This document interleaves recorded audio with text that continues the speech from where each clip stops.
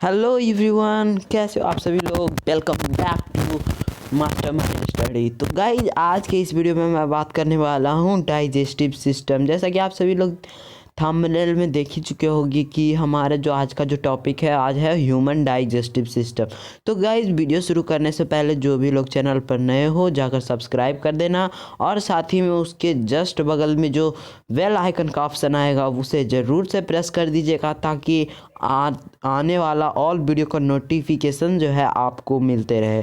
तो गाइज चलिए बिना टाइम वेस्ट किए जल्दी से वीडियो शुरू करते हैं। तो गाइज आज का जो टॉपिक है वो है हमारा डाइजेस्टिव सिस्टम। तो डाइजेस्टिव सिस्टम में तो आप समझ ही रहे होंगे कि जितना भी आप लोग फूड या ब्रेड राइस जितने भी तरह का आप फूड खाते हो, फास्ट फूड हो चाहे सॉफ्ट फूड हो, कुछ भी हो, वो सारे फूड डायरेक्ट थोड़ी ना डाइजेस्ट हो जाता है। इसके लिए थोड़े प्रोसेस होते हैं जो कि मैं आज बताने वाला हूँ कैसे कैसे फूड डाइजेस्ट होता है, किस किस तरह से। तो गाइज तो हम फूड जब खाते हैं तो वहाँ से हमको न्यूट्रिशन मिलता है। तो अब पहले सबसे पहले हम डाइजेशन शुरू करने से पहले थोड़ी बहुत न्यूट्रिशन के बारे में जान लेते हैं। तो न्यूट्रिशन क्या होता है गाइज? तो न्यूट्रिशन दो तरह का होता है, एक होलोजोइक न्यूट्रिशन होता है, एक सेप्रोजोइक न्यूट्रिशन होता है। तो होलोजोइक न्यूट्रिशन क्या होता है? इंजेशन ऑफ फूड अकर्स, मतलब जिसमें इंजेशन ऑफ फूड मतलब जो भोजन करते हैं वो फूड अकर, मतलब इसमें इंजेशन ऑफ फूड अकर, यहाँ से फूड खाना स्टार्ट होता है। और सेप्रोजोइक मतलब क्या होता है? Ingestion of food not occur, यहाँ पे जो ingestion of food not occur मतलब जो भी फूड खाते हैं वो नहीं जाता है। तो ये injection of food occur holozoic nutrition में हम लोग आते हैं, जैसे आप हो गए, हम हो गया, एनिमल्स हो गया, ये सब आता है हमारा होलोजोइक न्यूट्रिशन में। और हमारा सेप्रोजोइक न्यूट्रिशन में क्या होता है? तो टेपवर्म, जो एक सुने होंगे कि जब पेट में कीड़ा हो जाता है, जोक वगैरह, तो वो जोक वगैरह नहीं रहता है गाइज, वो ही टेप बॉम्ब रहता है। तो यही टेप बॉम्ब जो होता है हमारे इंटेस्टाइन में आ जाता है, ग्रोथ हो जाता है उसका, और वो हमारे जितने भी न्यूट्रिशंस होते हैं वो ये खुद ही एब्जॉर्ब कर लेता है। तो अब हम देख लेते हैं steps of holozoic nutrition, steps of holozoic nutrition. Okay, तो फर्स्ट स्टेप क्या है? इंजेशन। तो इंजेशन मतलब इनटेक ऑफ फूड, इंजेशन मतलब इनटेक ऑफ फूड, इंजेशन मतलब हो गया हमारा intake of food. Okay, ingestion मतलब हो गया हमारा इनटेक ऑफ फूड, ये होगा इनटेक ऑफ फूड। ठीक है, अब हो गया डाइजेशन। तो डाइजेशन में क्या होगा? हमारे जितने भी फूड हो गए वो break down of complex food और मॉलिक्यूल्स इनटू सिंपल वन, मतलब डाइजेशन में हो जाएगा जितने भी फूड का बड़े, जैसे हम लोग खाते हैं तो रोटी का टुकड़ा बहुत बड़ा अमाउंट में होता है, वो मैं आगे बताऊंगा। तो रोटी का टुकड़ा कुछ ऐसा होता है, अब उस रोटी गोल टाइप का ऐसा होता है, जब हम उसको खाते हैं तो थोड़ी ना पूरा रोटी को खा जाते हैं, नहीं ना, तो हम उसको थोड़ा सा इतना तोड़ते हैं, उसके बाद इसे खाते हैं। तो ये जो टुकड़ा है ये हमारे मुंह के अंदर यानी कि माउथ के अंदर जाने के बाद टीथ से चूइंग हो के ये अलग से ही ब्रेक हो जाते हैं। तो यहाँ पे इसीलिए लिखा गया है break down of complex food molecules into simpler one. यहाँ जो ब्रेक डाउन होता है कॉम्प्लेक्स फूड और मॉलिक्यूल सिंपल वन, मतलब जैसे ये हो गया कॉम्प्लेक्स, अब इस तरीके से जो टूट जाएगा उसे कहते हैं सिंपल। ओके, तो नेक्स्ट हमारा है एब्जॉर्प्शन। अब जब फूड जो हो गया सिंपलर वन यानी कि फूड जो है डाइजेस्ट हो गया, उसके बाद फूड डाइजेस्ट होने के बाद उसे एब्जॉर्ब भी तो करने के लिए कोई होना चाहिए। तो अब ये एब्जॉर्प्शन मतलब absorbs of food, digested food. अब जितने भी डाइजेस्टेड फूड है, जैसे ये फूड डाइजेस्ट हो गया, तब इसको तो एब्जॉर्ब करने के लिए भी तो कोई होगा, तो यही होता है एब्जॉर्प्शन। तो एब्जॉर्प्शन में जितने भी डाइजेस्ट फूड है वो एब्जॉर्ब हो जाता है। एंड नेक्स्ट वन इज है एसिमिलेशन। अब एसिमिलेशन क्या होता है? Utilization of absorb food. अब जो फूड एब्जॉर्ब्ड हुआ, ओके, अब वही फूड को हम लोग यूज़ करते हैं। अब यूज़ कैसे करते हैं? देखिए, जैसे अब आप कुछ खाते हैं तो वो थोड़ी ना डायरेक्ट हमको न्यूट्रिशन या फिर प्रोटीन या फिर विटामिन वगैरह दे देता है, कार्बोहाइड्रेट, प्रोटीन, फैट, ये सब नहीं ना देता है। ये होता है ब्रेक, डाइजेस्ट होने के बाद इस ये होता है अब्जॉर्ब होने के बाद हम लोग हमारे जो सेल है जो ग्लूकोज और प्रोटीन ऑक्सीजन वगैरह यूज़ करता है, तो वो डाइजेस्ट होने के बाद यूज़ करता है, एब्जॉर्ब होने के बाद। तो यही होता है एसिमिलेशन ऑफ फूड। यहाँ जो है एसिमिलेशन ऑफ फूड में कोई पूछेगा क्या होता है, तो आप बोल दीजिएगा यूटिलाइजेशन ऑफ एब्जॉर्ब फूड। जितने भी फूड जो एब्जॉर्ब हुए हैं उसका यूटिलाइजेशन मतलब उसका काम मतलब उसका यूज़ करना। ओके, एंड नेक्स्ट है हमारा लास्ट है जो इजेशन। तो इजेशन में क्या होता है, जो जितने भी अनडाइजेस्टेड फूड है वो हो जाता है रिमूव, यानी कि बाहर आ जाते हैं फिकल मैटर के द्वारा। जितने भी रिमूव्ड ऑफ अनडाइजेस्टेड फूड, यानी कि जितने भी अनडाइजेस्टेड फूड है जो हमारे बॉडी को डाइजेस्ट करने का था वो तो डाइजेस्ट कर ही लिया, और डाइजेस्ट करने के बाद जो भी फूड अनडाइजेस्टेड बचा उसको इजेशन के द्वारा बाहर एक्सक्रीट कर दिया जाता है। ओके, तो इसके बाद एक्सक्रीटरी सिस्टम में मैं ये सब बताऊंगा, उसका वीडियो पहले से ही बना हुआ है गाइज, आप जाके देख लो, यहाँ पे आई बटन पे यहाँ पे वीडियो आ जाएगा, आपको देख लीजिएगा। एंड नेक्स्ट है हमारा डाइजेशन। अब स्टार्ट होता है हमारा डाइजेशन। तो डाइजेशन भी कितने प्रकार का होता है, 2 प्रकार का। तो कौन कौन, एक होता है मैकेनिकल डाइजेशन और एक होता है केमिकल डाइजेशन। ओके, अब मैकेनिकल डाइजेशन क्या होता है और केमिकल डाइजेशन क्या होता है, ये तो आपको क्वेश्चन उठ रहा होगा आपके मन में, तो मैं बताता हूँ। देखिए, जैसे ये हमारा पूरा ब्रेड है, एक रोटी। ओके, अब रोटी को हम जब रोटी का ये एक टुकड़ा है, मान लिया ये रोटी है। ओके, अब ये रोटी से हमारा जो ये इससे एक टुकड़ा निकला है, ये वाला पार्ट जो मैंने उस समय बताया था, तो ये वाला टुकड़ा है, थोड़ा मैंने बड़ा कर दिया है। तो ये टुकड़ा को हम जब हम खाएंगे तो हमारा माउथ में जाएगा, और माउथ में जाने के बाद जो हमारा टीथ है, च्यूइंग मतलब जब हम लोग उसे च्यूइंग करते हैं, चिबाते हैं, तो चिबाने के बाद वो कुछ इस तरीके से ब्रेक हो जाता है, टूट जाता है। ओके, और ये कुछ अलग अलग 10-15 भाग में टूट जाता है। उसके बाद ये जो हमारा जो टीथ की क्रश हुआ, अब इसको कहते हैं हम लोग मैकेनिकल डाइजेशन। ओके, जो हम टीथ के द्वारा, मैकेनिकल मतलब हम खुद एनर्जी लगा रहे हैं अपना टीथ के द्वारा, ये हो गया मैकेनिकल डाइजेशन। हम इसे ना ही केमिकल प्रोवाइड कर रहे हैं ना ही कुछ और प्रोवाइड कर रहे हैं, हम इसे अपना माउथ से इसको च्यूइंग करके इसको ब्रेक डाउन कर रहे हैं। ओके, तो ये हो गया हमारा मैकेनिकल डाइजेशन। एंड अब नेक्स्ट होता है केमिकल डाइजेशन। तो केमिकल डाइजेशन में क्या होता है, अब ये जो फूड था, अब ये फूड जो है ये भी तो बड़ा है, इसको भी तो एब्जॉर्ब नहीं कर पाएगा, डाइजेस्ट नहीं हो पाएगा। तो अब ये जो है चला जाएगा हमारा स्टमक में। तो ये इतना सारा फूड आ गया हमारा स्टमक में। अब स्टमक में बहुत सारे एंजाइम होते हैं, तो यहाँ पे बहुत एंजाइम होते हैं। तो एंजाइम तो होता है जो केमिकल से मिल के बना होता है, केमिकल से। ओके, तो ये हमारा जो एंजाइम है वर्क करेगा इस पे अब हमारा एंजाइम जो है वर्क करेगा। ओके, और ये वर्क करके अब इस मॉलिक्यूल्स में कुछ ऐसा डाइजेस्ट करके पूरा एकदम छोटा छोटा टाइनी मॉलिक्यूल्स में इसको ब्रेक कर देगा।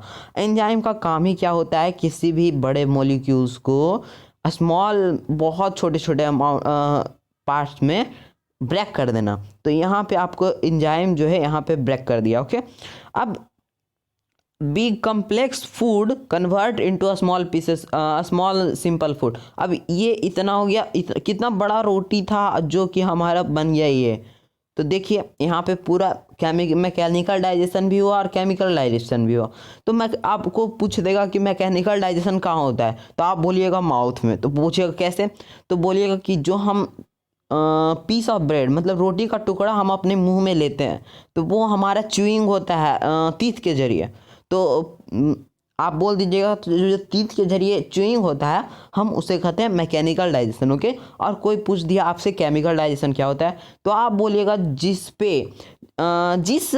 जितने भी जो हमारे टीथ के फूड थे वो हमारा जो एंजाइम जिस पे वर्क कर दे, एंजाइम जिस पे वर्क कर दे उसे आप बोल दीजिएगा केमिकल डाइजेशन। ओके, तो अब हमारे जो है थोड़ा वर्टिब्रेट देख लेते हैं, वर्टिब्रेट्स क्या होता है। तो फिश है, एम्फीबिया है एंड रेप्टाइल है। तो फिश, एम्फीबिया एंड रेप्टाइल, तो इन तीनों को कहा जाता है कोल्ड ब्लडेड एनिमल। तो तो ये तीनों जो है वर्टिब्रेट कितने प्रकार के होते हैं? 2, एक कोल्ड ब्लडेड, एक वार्म ब्लडेड। तो ये जो हमारा fish, amphibia and reptile, fish तो फिश आप जानते ही हैं, एम्फीबिया एंड रेप्टाइल स्नैक वगैरह हो गया, स्नैक हो गया, क्रोकोडाइल हो गया, ये सब हो गया रेप्टाइल, सॉरी। तो यहाँ पे जो ये सब है वो सब कोल्ड ब्लडेड एनिमल है। और ये कोल्ड ब्लडेड जितने भी एनिमल होता है वो अपना बॉडी टेम्परेचर को मेंटेन नहीं कर सकते हैं। वो अपना इंटरनल बॉडी टेम्परेचर, यहाँ देखिए लिखा हुआ है, इंटरनल बॉडी टेम्परेचर को मेंटेन नहीं कर सकते हैं।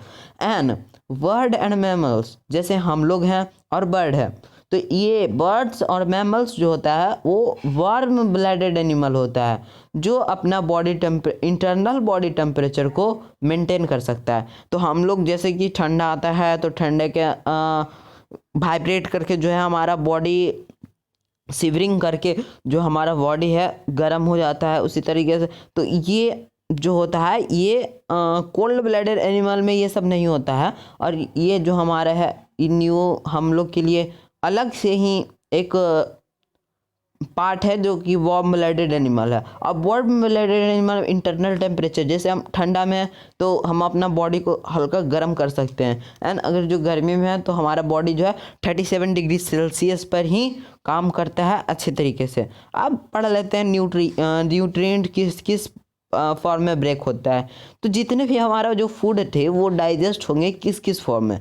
तो हमारे जो न्यूट्रिशंस है वो होंगे कार्बोहाइड्रेट के फॉर्म में ब्रेक, प्रोटीन के फॉर्म में ब्रेक, फैट एंड लिपिड के फॉर्म में ब्रेक, विटामिन के फॉर्म में ब्रेक, मिनरल्स के फॉर्म में ब्रेक एंड वाटर के फॉर्म में ब्रेक।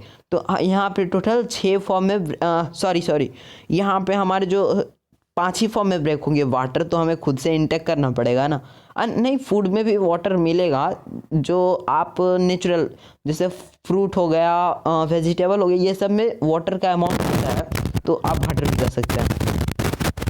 तो हमारा जो कार्बोहाइड्रेट होता है वो ग्लूकोज का कॉम्प्लेक्स चेन से मिलके बना होता है, ग्लूकोज का कॉम्प्लेक्स चेन। तो यहाँ पे आप देखिए कि ग्लूकोज का कितने सारे कॉम्प्लेक्स चेन है। तो जी जी जी जी जी यहाँ से देखिए कॉम्प्लेक्स चेन से मतलब जहाँ पे ग्लूकोज का कॉम्प्लेक्स चेन हो वहाँ पे आप बोल दीजिएगा ये कार्बोहाइड्रेट है। एंड प्रोटीन कैसे मिलके बना होता है? तो यानी कि अमाइनो एसिड का कॉम्प्लेक्स चेन से मिलके बना होता है प्रोटीन, एंड फैटी एसिड का कॉम्प्लेक्स चेन से मिलके बना होता है फैट्स एंड लिपिड। और ये कार्बोहाइड्रेट, प्रोटीन एंड लिपिड और फैट, ये तीनों जो है हमें एनर्जी प्रोवाइड करता है। एनर्जी मतलब जितने भी हमारे बॉडी में एटीपी एनर्जी आता है, एड्रेनल ट्राइफॉस्फेट जितने भी आते हैं वो हमें प्रोवाइड करता है carbohydrate, protein and fats and lipid. Fat को ही लिपिड कहा जाता है। And vitamins, minerals and water. तो ये तीनों जो है ये तो ब्रेक डाउन होता है, जैसे हमने बताया कि नेक्स्ट वीडियो में मैं एक और डाइजेशन का वीडियो बनाऊंगा जिसमें बताऊंगा कैसे कौन सा जो प्रोटीन होता है, कौन सा एसिड इसको डाइजेस्ट करता है।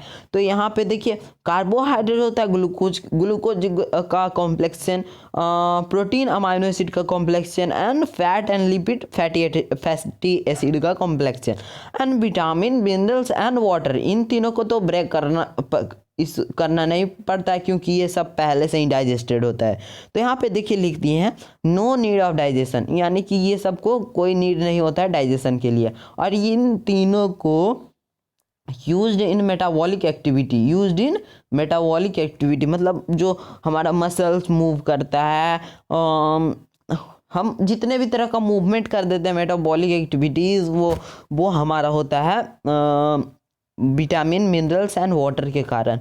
अब पढ़ लेते हैं हमारा प्रायोरिटी ऑर्डर। तो प्रायोरिटी ऑर्डर क्या होता है गाइस? तो जिसमें सबसे ज़्यादा एनर्जी किसमें प्रोवाइड किया जाता है? तो सबसे ज़्यादा जो हमारा एनर्जी है वो होता है कार्बोहाइड्रेट में, कार्बोहाइड्रेट से कम होता है फैट में, फैट से भी कम होता है प्रोटीन में। तो आप कह सकते हैं सबसे ज़्यादा जो ग्लूकोज यानी कि सबसे ज़्यादा एनर्जी हमें कार्बोहाइड्रेट से मिलेगा, उसके बाद फैट से मिलेगा, उसके बाद प्रोटीन से मिलेगा। आपसे पूछ लेगा कोई कि सबसे कम हम एनर्जी किससे मिलेगा, तो आप बोल दीजिएगा प्रोटीन। और कोई पूछेगा सबसे ज़्यादा एनर्जी किससे मिलेगा, तो आप बोल दीजिएगा डायरेक्ट कार्बोहाइड्रेट। एंड आपसे कोई पूछ देगा कि मीडियम अमाउंट में एनर्जी किससे मिलेगा, सबसे मीडियम अमाउंट में, तो आप बोल दीजिएगा फैट्स। तो ये हो गया गाइज। अब एक होता है disease UTI, urinary tracheal infection. अब UTI ये ज़्यादातर वुमेन्स लोग में होते हैं, यूरिनरी ट्रैकियल इन्फेक्शन। अब इस पे जो होता है एक ई कोलाई बैक्टीरिया होता है। अब ये जो होता है यूरिनरी ब्लैडर में जाकर अपना घर बना लेता है। यानी कि जो भी ई कोलाई बैक्टीरिया होता है वो यूरिनरी ब्लैडर में चला जाता है और वहाँ पे इन्फेक्टेड कर देता है। मतलब वहाँ वो जो आने वाला जो यूरिन का जो रास्ता होता है, पाइप होता है, उसमें इन्फेक्टेड कर देता है। तो इसमें ज़्यादा कुछ नहीं होता है। आप मेडिकल जाइएगा, वहाँ पे थोड़ा बहुत ब्लड आएगा, यूरिनेशन के समय थोड़ा बहुत ब्लड आएगा, तो ज़्यादा कुछ नहीं है। आप जाके बोलिएगा मेडिकल हॉल में, तो वो आपको दवाई दे देगा, तो तुरंत ठीक हो जाता है। तो इतना हो गया गाइज। अब अपने नेक्स्ट पेज देख लेते हैं। तो जो हमारा नेक्स्ट पेज है गाइज वो है एलिमेंट्री कनाल और गट। तो ये एलिमेंट्री, यहाँ पे पूरा डायग्राम दिया हुआ है कि किस तरीके से हमारे जो एलिमेंट्री कनाल होता है वो वर्क करता है। ओके, चलिए स्टार्ट कर देते हैं। तो एलिमेंट्री कनाल और गट, एलिमेंट्री कनाल को ही गट कहा जाता है गाइस, ये जरूर याद रखिएगा कि कोई पूछ दिया गट का पूरा फंक्शन। तो सबसे पहले गट का डाइजेशन ऑफ फूड कहाँ से स्टार्ट होता है कोई पूछेगा, तो आप बोल दीजिएगा डायरेक्ट माउथ से स्टार्ट होता है। ओके, एंड चलिए हम इसको बताता हूँ अच्छे तरीके से।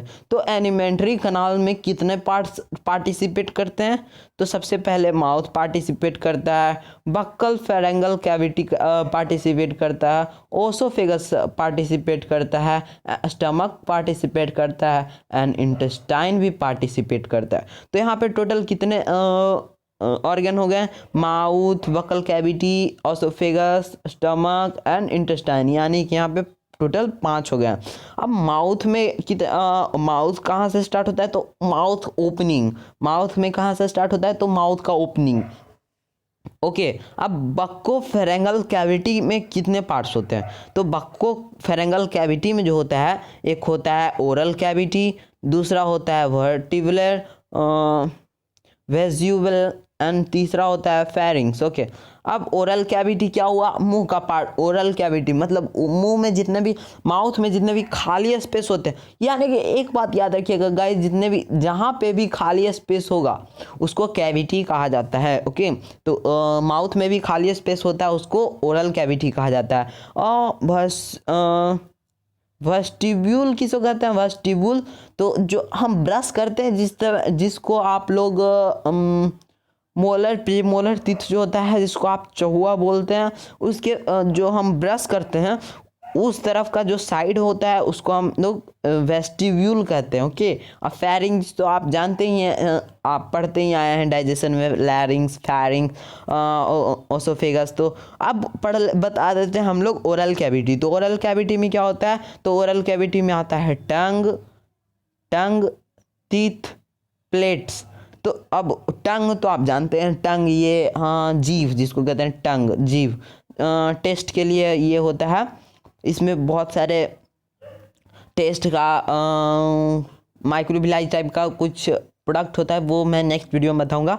एंड नेक्स्ट टीथ, दांत। एंड अब पूछिएगा कि प्लेट क्या होता है, प्लेट ये क्या होता है, ये तो एक होता है हार्ड प्लेट, एक होता है सॉफ्ट प्लेट। तो हार्ड प्लेट ये जो आप जो देख रहे हैं